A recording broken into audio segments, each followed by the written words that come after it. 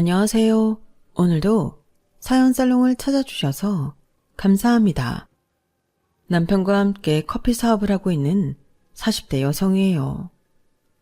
얼마 안 되는 인생을 사는 동안 잊을 수 없는 순간이 몇 번 있었어요. 좋은 일이었다면 좋겠지만 안타깝게도 저희 부부에게는 가슴에 사무치는 상처가 된 순간이었죠. 하지만 그로 인해 우리 가족은 똘똘 뭉치게 되었어요. 세상에 믿을 건 우리 가족밖에 없다는 걸 알게 되었으니까요. 지금이야 웃으면서 말할 수 있지만 한때는 정말 속으로 피눈물을 흘리며 어금니 꽉 깨물고 버텨야 했어요. 언제고 반드시 받은 대로 갚아주겠다는 생각을 하면서요. 그리고 15년이 지난 지금 우리 부부는 우리 눈에서 피눈물을 뽑은 인간들한테 제대로 복수할 수 있었어요. 그래서 이렇게 사연도 보내게 되었습니다. 저는 어릴 때 딱히 부족할 거 없이 자랐어요. 대단히 잘 사는 집은 아니었지만 중산층 가정이었기에 그럴 수 있었죠. 아빠는 평범한 회사원이었고 엄마는 옷가게를 하셨었는데 규모가 꽤 커서 아빠 월급의 2배 정도는 거뜬히 벌고 계셨죠. 그때만 해도 수입 의료가 들어오지 않던 때라서 남대문 도매시장에서 물건을 떼어다가 라벨 작업을 해서 팔곤 했었는데 그러다 90년대 중후반이 되면서 상황이 급격히 변하게 되었어요. 수입 의료 브랜드가 물밀듯이 들어오고 대기업에서 젊은 층을 겨냥한 의류 브랜드를 앞다퉈 론칭하면서 시장 옷을 파는 저희 엄마 가게는 매출이 하루가 다르게 떨어졌거든요. 지나고 보니 그때 그런 변화에 발빠르게 대응해야 했다는 걸 알게 됐지만 당시엔 시장의 변화를 읽어내지 못했어요. 엄마는 오히려 가게 리모델링과 확장을 하며 변화를 꾀하셨고 그러면서 은행에서 많은 대출을 받으셨어요. 하지만 다들 아시죠? 90년대 말에 우리나라에 어떤 일이 있었는지를요. 안 그래도 어려운 상황에 IMF까지 겹치면서 저희 집은 급속도로 무너져 내렸어요. 거기에 매출은 전보다 못한데 은행 이자는 하루가 다르게 높아지고 그 이자를 감당하지 못해서 사채까지 끌어다 쓰게 되었거든요. 하지만 엄발에 오줌 누기일 뿐이었어요. 결국 엄마가 도매시장에서 물건을 사입하며 사용했던 가게 수표가 부도 수표가 되면서 주변 상인들한테까지 피해를 입히게 되었고 그걸 또다시 사채로 틀어막는 악순환이 이어졌어요. 엎친 데 덮친 격으로 아빠마저 회사에서 정리해고를 당하면서 더 이상 버틸 수가 없게 된 거예요. 집도 가게도 심지어 아빠 퇴직금까지 모조리 날아가 버린 거죠. 거기에 사채비까지 남게 되었고요. 정말 순식간이었어요. 엄마 아빠가 10수년을 일궈놓은 가게가 무너진 것 말이죠. 당장 살 집도 없었던 차에 아빠 지인분이 컨테이너를 빌려주셔서 우리 세 식구는 그곳에서 살 수 있었어요.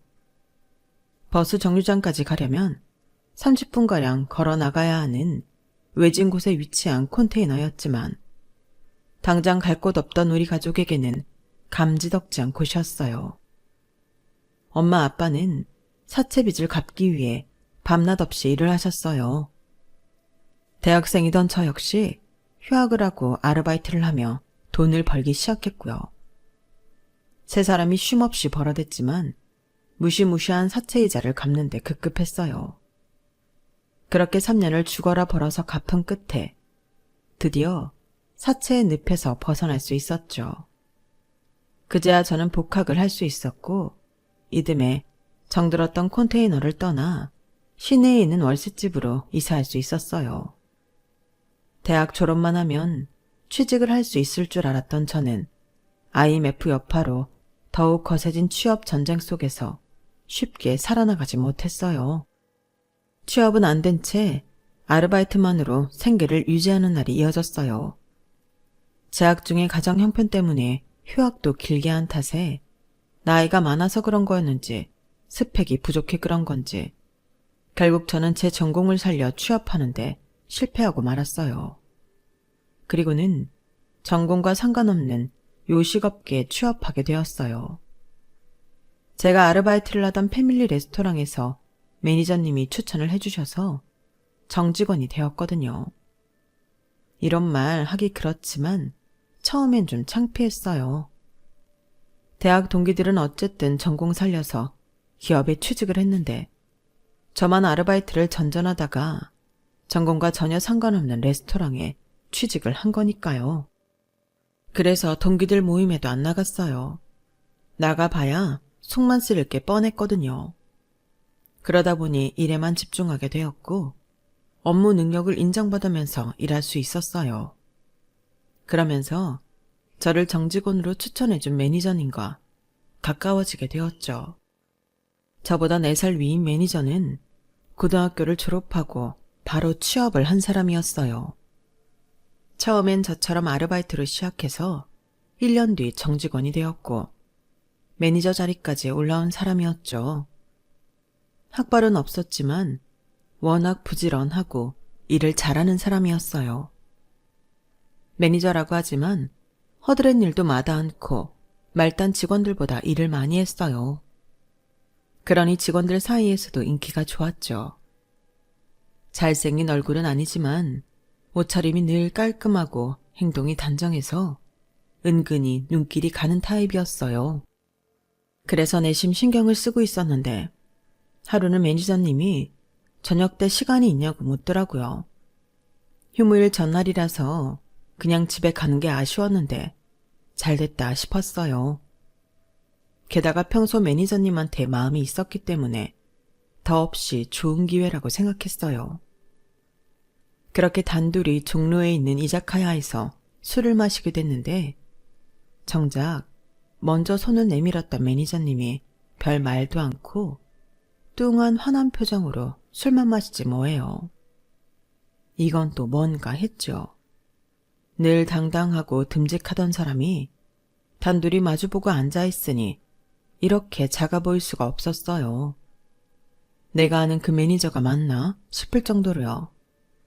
그 모습에 괜히 심통이 난 저는 제 앞에 술잔을 비운 뒤 이렇게 말했어요. 별로 하실 말씀 없는 것 같은데 그만 일어날게요. 잘 마셨습니다. 가방을 들고 자리에서 일어나려는데 그때 매니저님이 제 손목을 붙잡았어요. 저기 괜찮으면 좀 더 있다가요. 내가 할 말이 있는데 이런 건 처음이라 좀 떨리네요. 술을 마시면 나을까 했는데 정신만 더 멀쩡해지는 것 같고. 알고 보니 너무 떨려서 그랬던 거더라고요. 손에 든 술잔을 한 번에 원샷한 매니저님은 입술을 달착거리다가 드디어 입을 열었어요. 내가 연애를 해본 적이 없어서 많이 서툴 거예요. 국민학교 이후로 남중남고만 나온 데다 형제도 위아래로 남자 형제들밖에 없어요. 그래서 여자는 잘 몰라요. 그러면서 초조한 눈으로 저를 빤히 보는 거예요. 그래서 어쩌라는 거냐고 묻고 싶었지만 진심을 다해 말하는 매니저님이 너무 안쓰러워 보이기도 하고 귀엽기도 해서 뒷말이 이어지기를 기다렸어요.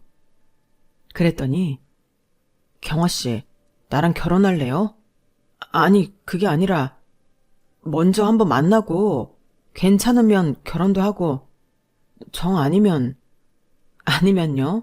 한번 만나보고 아니면 어떻게 할까요? 거기서 끝내요?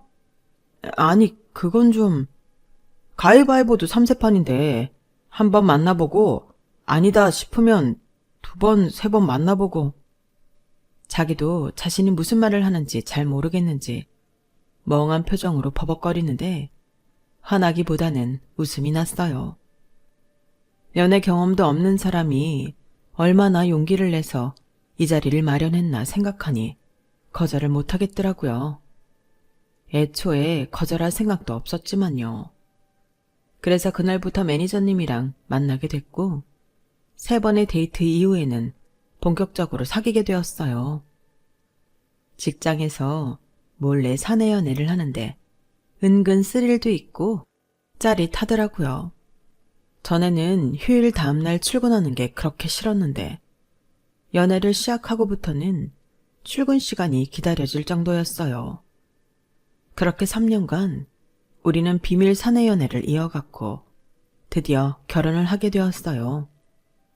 남편은 3남 중 둘째인데 맏형은 4년 전에 결혼을 했고 막내 동생은 아직 미혼이었어요.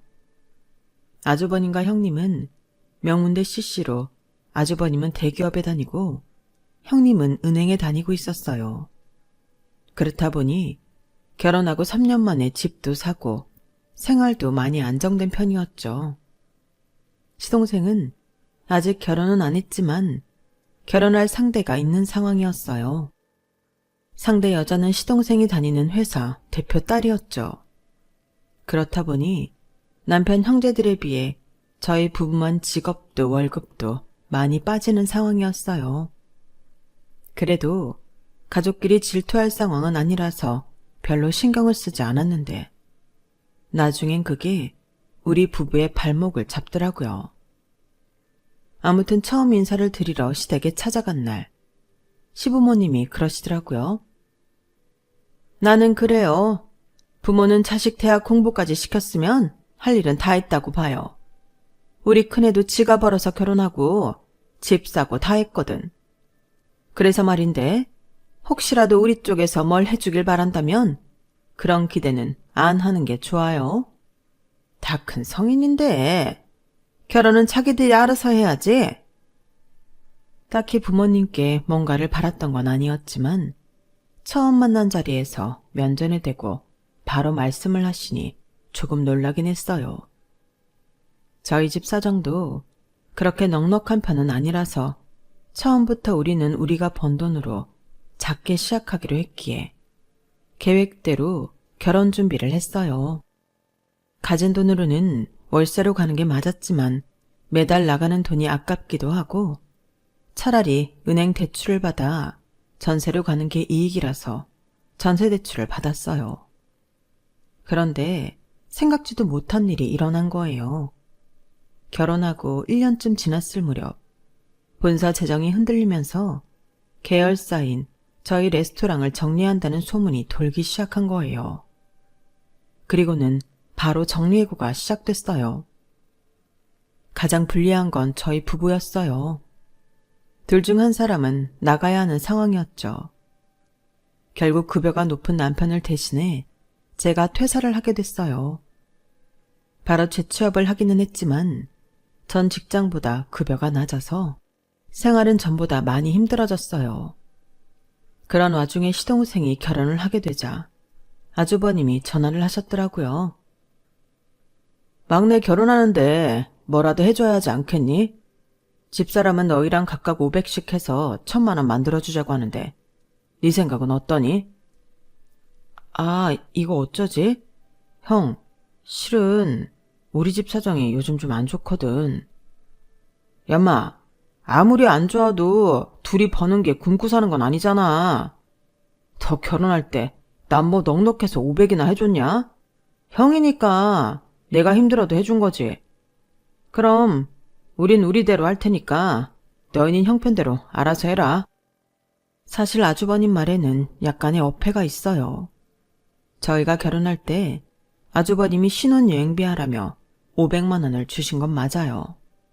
하지만 그건 제 남편이 아주버님 결혼하실 때 축의금으로 500만 원을 해드렸기 때문에 똑같이 액수를 맞춰서 주신 거니까요. 도련님의 경우는 저희 결혼할 때 아무것도 안 해주셨거든요. 그렇다고 해서 저희도 똑같이 안 하겠다는 건 아니지만 그래도 큰 액수를 해줄 수는 없을 것 같았어요. 그래도 한다고 해서 200만 원을 시동생한테 보냈는데 액수가 적어서 그랬는지 시동생이 돈을 받고도 고맙다는 말도 안 하더라고요. 결혼식 때문에 바빠서 깜빡했나 보다 했는데 신혼여행에서 사온 선물을 보니 그게 아니었더라고요. 아주버님께는 100만 원이 넘는 양주를 드리고 저희한테는 하와이에서 유명한 마카다미아 초콜릿 한 상자를 주더라고요.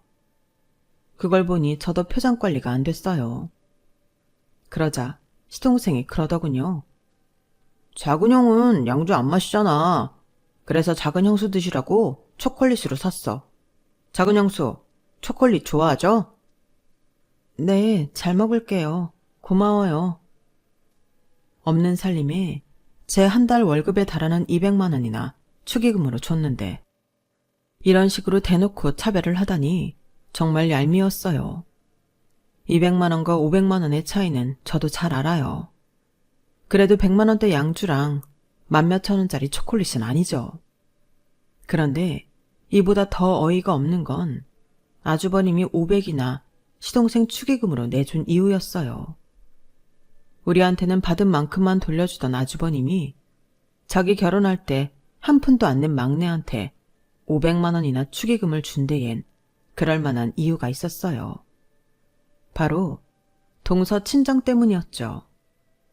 은행원인 손윗동서는 막내 동서의 도움을 받아서 자기네 은행으로 동선의 친정회사 급여 지정은행을 바꾸게 하려고 물밑 작업을 했던 거예요. 결혼 전부터 시동생을 통해 부부 동반으로 식사 자리를 많이 만들고 동서한테 수시로 선물도 많이 했더라고요.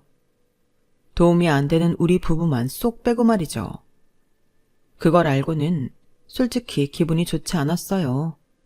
그래서 집에 오는 길에 남편한테 서운한 감정을 토로했죠. 아무리 그래도 그렇지 이런 걸로 사람 차별하고 그러냐? 삼형제 중에 어떻게 우리만 쏙 빼고 두 집만 어울리냐고. 정말 그러는 거 아니야. 사람 인생 모르는 거라고. 우리라고 뭐 언제까지 이러고 살 줄 알아? 아이고 그렇게 서운했어? 미안해. 내가 좀 능력이 있었으면 이럴 때 당신 속상하게 만들지 않았을 텐데. 자기 속도 말이 아닐 텐데 제 걱정을 해주는 남편을 보니 더는 화를 낼 수가 없었어요. 솔직히 제 삼형제 중에 제 남편만 대학을 못 다닌 데는 이유가 있었어요. 제 남편이 공부도 꽤 했었는데 집안 형편 때문에 남편이 대학 진학을 포기한 거였거든요. 그때 아주버님이 한 해 휴학을 하고 학비를 벌었다면 제 남편이 대학에 갈 수도 있었지만 아주버님은 끝까지 양보하지 않았어요. 취업할 때 힘들어진다면서 끝까지 고집을 부렸던 거죠. 거기에 제 남편은 희생이 된 거예요. 그리고는 제 남편이 취업을 해 두 해 뒤에 대학에 들어간 동생 학비를 대게 되었죠. 그렇게까지 했는데도 이렇게 얄밉게 나오니 더 미운 거예요. 생각 같아서는 받은 대로 갚아주고 싶었지만 저희한테는 그럴 여유가 없었어요. 제가 퇴사한 지 반년도 안 돼서 청천벽력 같은 소식이 들렸거든요. 남편이 다니던 패밀리 레스토랑이 본사의 경영 악화로 사업을 접게 된 거예요. 순식간에 직장이 사라지자 남편은 하루아침에 실업자가 되었어요. 그때부터 우리 부부의 시련은 시작되었죠. 하필 그때 저는 임신 3개월 차라서 7개월 뒤에 태어날 아이 걱정과 더불어 매달 들어가야 할 은행 대출 이자와 생활비, 그리고 그 외의 비용을 감당하기 어려워진 거예요. 그런데도 시부모님은 매달 드리던 용돈이 밀리자 바로 전화를 하시더라고요. 아니, 매달 돈백이나 보내는 것도 아니고 꼴랑 30만 원 보내면서 그걸 밀리니? 너 설마 네 친정에만 돈 보낸 거 아니니? 어머님, 용돈 못 보내드린 건 정말 죄송한데요. 솔직히 지금 상황에 저희가 부모님 용돈 챙겨드릴 여력까지 없어요. 그이 회사 나온 뒤로 아직 자리 못 잡고 일용직으로 일하는 거 어머님도 아시잖아요. 그리고 저희 친정 부모님은 우리 그이 직장 그렇게 되고부터 저희가 드리는 용돈 안 받으세요. 오히려 김치며 쌀이며 매달 보내주신다고요. 어머머, 얘 말하는 것 좀 봐. 너 지금 내가 니네 집에 김치 쪼가리 안 갖다 줬다고 시위하는 거니? 쌀 좀 안 파다 줬다고 시애미한테 성질내는 거냐고. 세상에, 누가 시애미고 누가 며느리인지 모르겠네. 그래, 더럽고 치사해서 앞으로는 네가 주는 돈 안 받을란다. 그깟 30만 원 가지고 이렇게 생색내는데 내가 그 돈을 어떻게 받겠니? 어쩜 이렇게 다른 며느리들하고 다른 건지. 이런 거 보면 있는 집에서 자란 애들이 확실히 가정교육도 잘 된 것 같다. 큰애도 그렇고 작은 애도 그렇고 매달 용돈 보내고 철마다 우시며 굳으며 사다 나르면서도 너처럼 건방은 안 떨어. 네가 심보를 그렇게 쓰니까 네 남편 하는 일이 그 모양이지. 참, 누가 보면 남의 자식 얘기하는 줄 알겠어요. 제 남편도 엄연히 자기 아들인데 어쩜 그렇게 함부로 말을 할 수 있는 건지 정말 이해가 안 가더라고요. 그날 시어머니 전화를 끊고 얼마나 울었나 몰라요. 돈 앞에서 가장 빨리 얼굴을 바꾸는 건 바로 가족이란 사실을 똑똑히 알겠더라고요. 그 후로도 시댁 식구들의 차별은 끊이지 않았어요. 제가 우리 아들을 출산했을 때 기저귀 한 장 안 사오던 시부모님과 아주버님 내외는 이듬해 동서가 딸을 낳자 선물을 바리바리 싸들고 동서한테 가더라고요. 명절에 모일 때도 시어머니는 용돈 많이 주는 형님과 동서한테는 일을 안 시키면서 저는 돈 주고 부리는 사람 대하듯 바닥에 엉덩이 붙일 시간도 안 주고 일을 시켰어요. 나중엔 아주 대놓고 그러시더라고요. 원래 돈이 없으면 몸이 고달픈 거다. 큰애랑 작은애는 열심히 벌어서 내 용돈이며 화장품까지 다 사다 주는데 너는 몸으로라도 때워야 할 거 아니니? 그러니까 이 약 물고 돈 벌어. 원래 돈 없으면 무시당하는 거야. 나 하나 되니까 며느리인 너한테 이런 얘기를 해주는 거야. 고마운 줄이나 알아. 아주 2번 고마웠다가는 큰일 나겠더라고요. 가난한 자식이라 잘 사는 자식들과 차별한다는 걸 어쩜 이리도 당당하게 밝히시는지 어떤 면으로는 참 대단하다는 생각까지 들었어요. 그런데 사람이 그렇잖아요. 기대를 안 하면 그 사람이 뭐라고 하든 별로 신경도 안 쓰이는 거요. 언제부턴데 제가 시부모님을 비롯해 시댁 식구들한테 그런 감정 상태가 되었어요.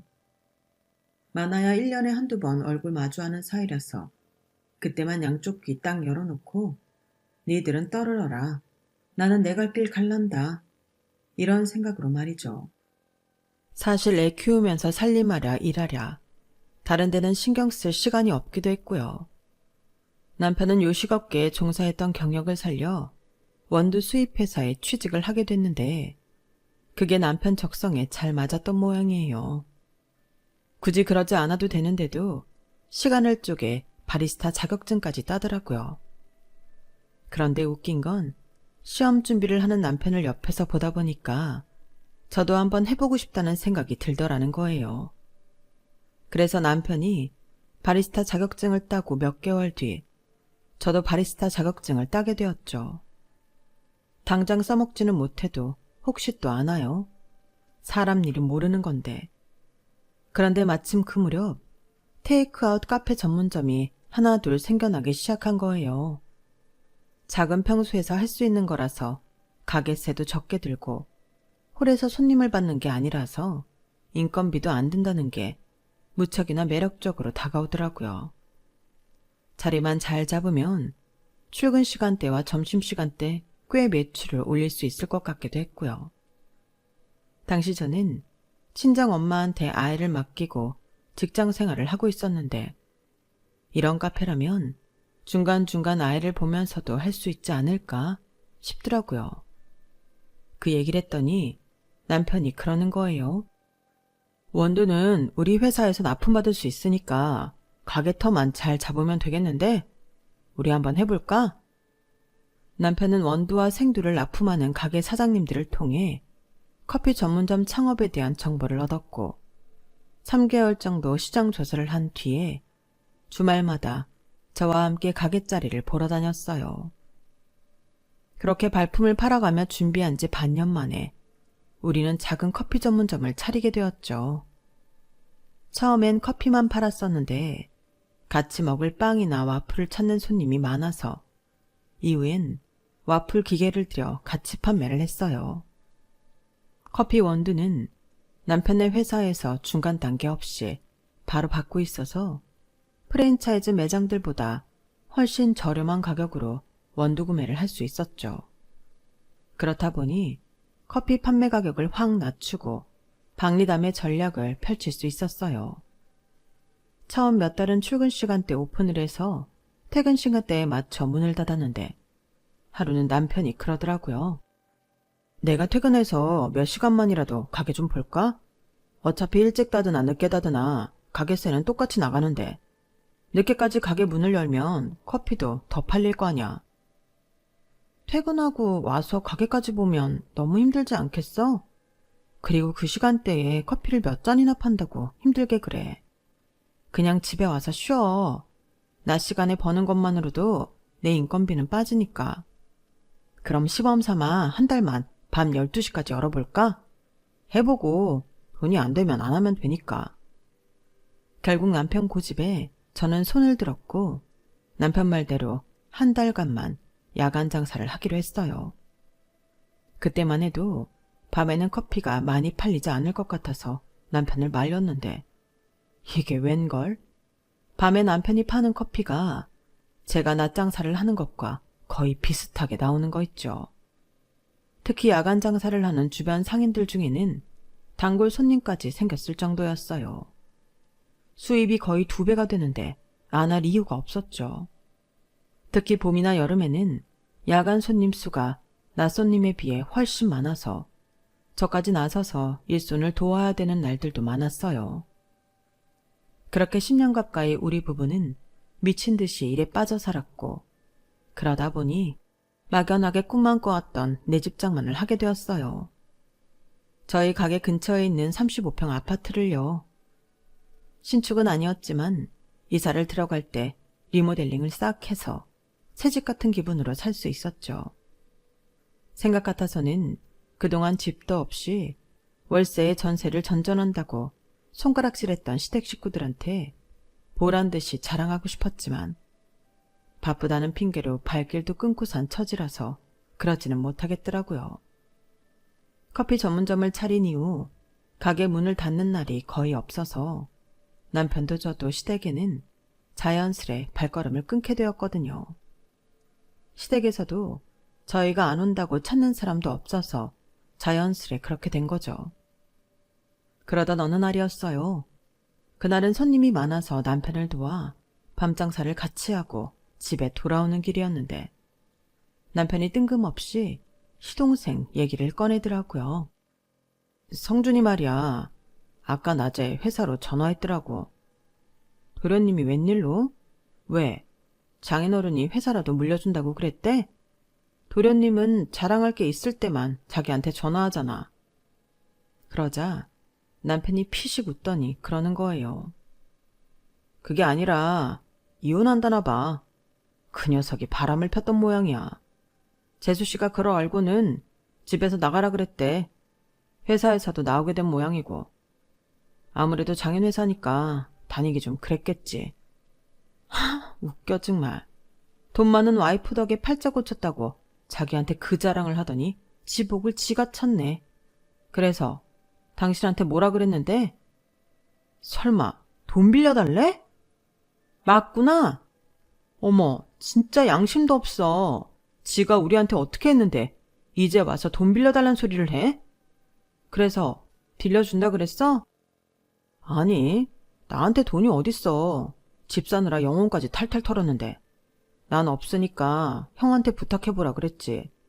근데 이미 형한테 말했다가 거절당했던 모양이더라고.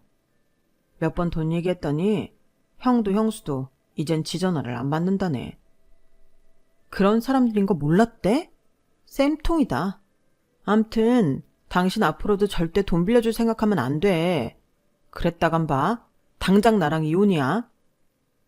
그날 시동생한테 전화가 왔었다는 얘기를 듣고 내심 걱정이 됐어요. 돈 없다는 남편의 말에 시동생이 순순히 포기할 위인이 아니란 걸 알고 있었으니까요. 막내라서 그런가 형들한테 들러붙고 뜯어먹는 거 하나는 기가 막히게 잘하거든요. 그런데 아니나 다를까 며칠 뒤 주말에 시아버지가 가게로 찾아오셨더라고요. 시동생까지 함께요. 주말이라서 남편과 함께 가게를 보고 있었는데 아버님과 시동생이 제가 있는 걸 보고는 살짝 눈치를 보시더라고요. 딱 보니 저 없는 시간에 찾아와 남편한테 돈 얘기를 꺼내려고 했던 것 같았어요. 그걸 알고도 제가 자리를 비켜줄 리 없죠. 그러자 시동생이 잠깐 밖에 나가서 얘기 좀 하자며 제 남편을 끌어당기더라고요. 그래서 제가 딱 잘라 말했어요. 그럴 거 없어요. 여기서 얘기하세요. 의자도 있고 커피도 있는데 굳이 돈 버리고 다른 가게 가서 차 마실 일 있어요? 왜? 내가 들으면 안 되는 얘기예요? 그런 거면 아예 하지 마세요. 당연히 안 되는 일일 테니까. 애미야, 못 본 사이는 아주 맹랑해졌다. 어디 남자들 일에 끼어들어? 아버님, 오늘 여기 오신 이유 돈 얘기하려고 오신 거잖아요. 제가 틀렸나요? 저희 집 돈은 이랑 제가 공동으로 벌어서 공동으로 관리하고 있어요. 그러니까 한쪽이 마음대로 운영할 수 없다고요. 뭐, 돈 얘기하러 오신 게 아니라면 제가 자리 피해드릴게요. 도련님, 어떻게 할까요? 그러자 시동생은 한숨을 푹 쉬더니 돈 얘기하러 온 게 맞다고 하더군요. 그러자 아버님이 대뜸 끼어들어서 그러시는 거예요. 듣자 하니 얼마 전에 아파트를 샀다면서. 그래서 말인데 니들 아파트를 담보로 1억만 빌려다오. 이 녀석이 돈 한 푼 없이 이혼당하고 나와서 당장 먹고 살 길이 없잖니. 1억이면 이런 가게 하나쯤은 할 수 있을 거 아니니. 죽어가는 사람 살린다 생각하고 니들이 힘 좀 보태라. 아버님, 그건 안 되겠는데요. 저희들 힘들 때는 도움은커녕 가난하다고 무시하고 따돌리셨잖아요. 저요, 귀머거리 아니에요. 그간 못 듣고 몰라서 가만히 있었던 거 아니라고요. 어머님, 아버님 그동안 저희만 빼고 아주버님네랑 도련님네랑만 데리고 해외여행도 다니시고 골프도 치러 다니셨던 거 다 기억한다고요. 좋을 땐 우리만 빼고 사시다가 힘들어지니까 저희한테 아버님 막내 아들 떠넘기시면 곤란하죠. 그 사업자금 아버님이 대주세요. 아니면 잘난 큰아들한테 해주라고 하시든가요. 왜 자식 취급도 안 하던 제 남편한테 와서 이러세요? 내가 해줄만 하면 해줬겠지. 당장 우리 집도 은행에 담보로 잡혀 있어서 대출 받아줄 돈이 없어. 내 퇴직금이야. 네 시어머니랑 내가 먹고 살 돈인데 그걸 빼줄 수도 없고. 오죽하면 내가 니들한테 왔겠냐. 둘째 네가 서운했던 건 내가 사과하마. 그러니까 이번 일은 니들이 좀 도와주도록 해. 정 불안하면 내가 경기도에 있는 땅 니들 앞으로 해주마. 아버님, 그 땅은 팔아도 돈도 안 되는 땅이잖아요. 그래서 지금까지 팔지도 못하고 가지고 계시는 거면서 그걸 담보로 대출을 해달라 하시는 건 너무하죠. 아무튼 저희는 대출이고 뭐고 해줄 생각 없으니까 그만 돌아가세요. 저희 장사해야 해요. 저는 아버님과 시동생 등을 떠밀어 가게 밖으로 내보냈어요. 그리고는 일부러 쾅쾅 소리를 내가며 가게 정리를 해댔죠. 한참 밖에서 서성이던 아버님과 시동생은 굳은 인상으로 눈길 한 번 안 주는 저를 훔쳐보다가 하는 수 없이 발길을 돌렸어요. 그런데 그날 밤 꿈에 황금빛 용이 여의주를 물고 아버님 경기도 땅으로 내려오지 않겠어요? 그리고는 입에 물고있던 시뻘건 여의주를 땅속에 파묻더라고요. 그러자 그 땅이 순식간에 황금으로 변해버리지 뭐예요. 꿈에서 깬 저는 너무도 생생한 그 꿈 때문에 다시 잠들 수가 없었어요. 왠지 그 땅을 제 손에 넣어야 할 것 같다는 생각이 들었죠.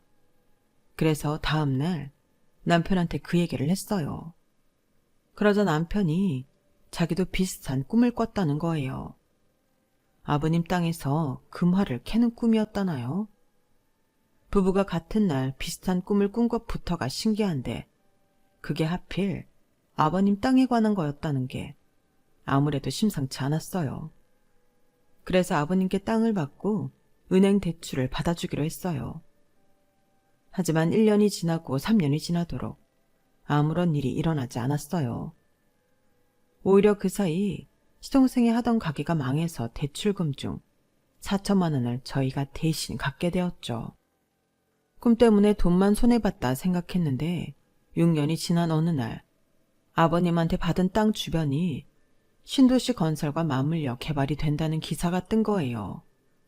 그래서 남편과 함께 아버님 땅 근처 부동산에 가서 시세를 알아보았어요.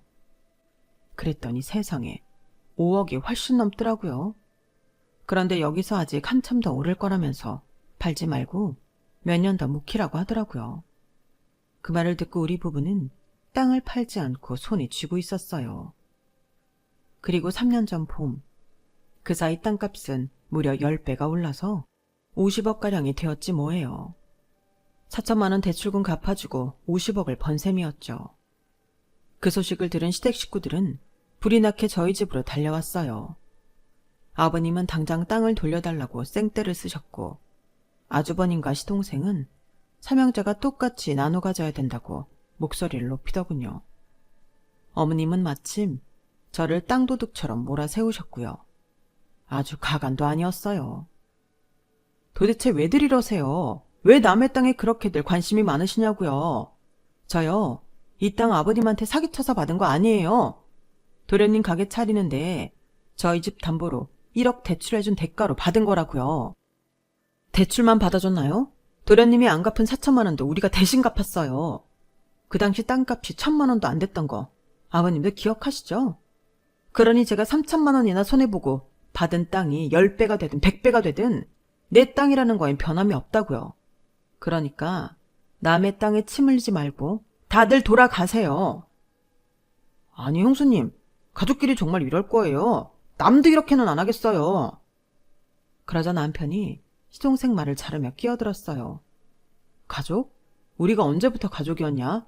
나랑 이 사람 지금까지 당신들 앞에서 가족 대접 받은 적이 단 한 번도 없어. 거지 새끼 취급은 받았어도. 그래도 살다 보니 이런 날이 다 오네. 당신들이 우리 집에 돈 구걸하러 오는 날 말이야. 형, 우리가 언제 형이랑 형수를 거지 취급했다고 그래. 가족이니까 편해서 좀 실수를 했던 거지. 난 정말 나쁜 뜻은 없었어. 실수요? 어머.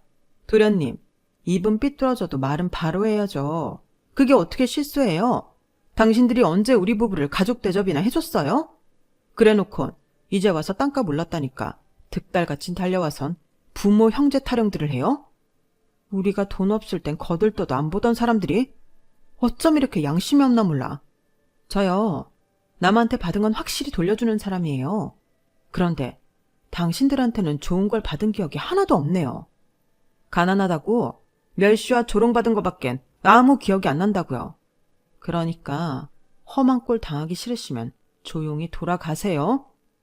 혹시나 해서 하는 말인데 앞으로도 우리 집에 찾아와서 가족이니 뭐니 되도 않는 소리 짓거리면 나 그땐 정말 머리에 꼭 꼽는 수가 있어요. 미친년 칼춤 보고 싶으면 어디 한번 해보라고요. 그동안 가슴에 꼭 끌어안고 살았던 서름을 한 번에 터뜨린 저는 시댁 식구들을 우리 집에서 내쫓았어요. 언제고 반드시 받은 대로 되갚아주겠다는 결심은 이렇게 10수년이 지난 지금에서야 실현이 되었답니다. 현재 저희 부부는 땅을 팔고 받은 돈으로 경기도에서 커피 전문점을 크게 하고 있어요. 이제는 정직원도 3명이나 두고 아르바이트생도 쓰면서 운영을 하고 있죠. 남편은 기왕 시작한 거 제대로 커피 사업을 해보겠다고 근처에 커피 공장을 짓고 있는데요. 그게 완공이 되면 직접 생두를 사다가 로스팅까지 해서 판매할 예정이랍니다. 가난해서 형제들한테마저 외면당하던 우리 부부는 힘든 시간을 서로 의지하면서 살아왔고 마음속으로만 품었던 복수도 할 수 있었어요. 지금 이 순간 혹시 저희 부부처럼 힘겨운 시간을 보내는 분들이 계시다면 끝까지 용기 잃지 마시고 버텨보세요. 그러면 그 끝에는 웃는 수가 있는 순간이 반드시 있을 겁니다. 저희 부부가 그랬던 것처럼 말이죠. 지금까지 제 사연을 들어주셔서 감사합니다. 건강하시고 항상 행운이 가득하길 바랍니다. 여러분, 사연 댓글에 응원과 현명한 조언 부탁드려요. 좋아요와 구독은 저에게 큰 힘이 됩니다. 오늘도 좋은 일 가득하세요.